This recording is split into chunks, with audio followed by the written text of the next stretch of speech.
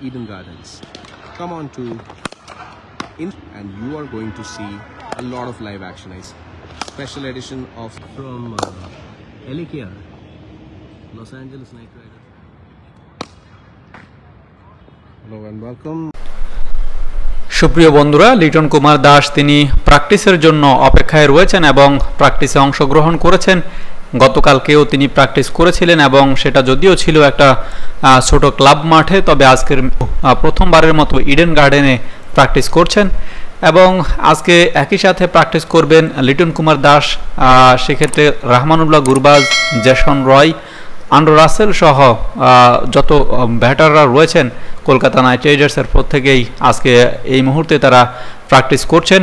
এই মুহূর্তে তিনটা নেটেই প্র্যাকটিসে রয়েছেন তিনজন ব্যাটার, যে কারণে লিটন কুমার দাসকে অপেক্ষায় থাকতে হচ্ছে কিছুটা সময় এবং অপেক্ষার প্রহর শেষে এইমাত্র নেটে সুযোগ পেলেন লিটন কুমার দাস এবং নেটে এখনই প্র্যাকটিস সেশনে অংশগ্রহণ করলেন লিটন দাস। এই কলকাতার যারা বোলার রয়েছেন এবং কলকাতার যারা নেট বোলারের দায়িত্ব রয়েছেন, এছাড়াও কলকাতা টিমের ডেভিড ভিসা, লকি ফার্গুসনকে বেশ ভালোভাবেই হ্যান্ডেল করেছেন সেক্ষেত্রে লিটন কুমার দাস এবং তার ব্যাটিংটাও ছিল দেখার মতো।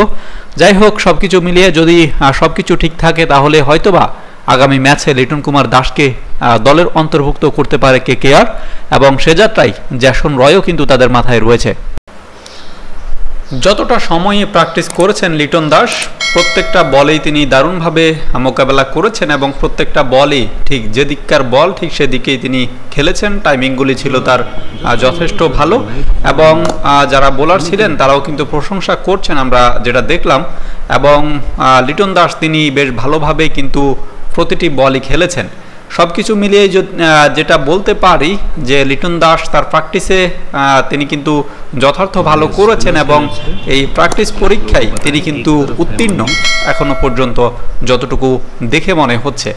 লিটন দাস তিনি বেশ কিছু শট খেলেছেন এবং ইতিপূর্বেও আপনারা নিশ্চয়ই লক্ষ্য করেছেন যে লিটন দাসের ব্যাটের যে টাইমিংগুলো ছিল সবগুলোই মোটামুটি ভালো, গড়বড় খুব একটা হয়নি। টোটাল প্র্যাকটিস সেশনে দুটি বল পেছনে গেছে এবং দুটি বলের মধ্যে দুটি কিন্তু তাও ব্যাট ছুঁই করে গিয়েছিল।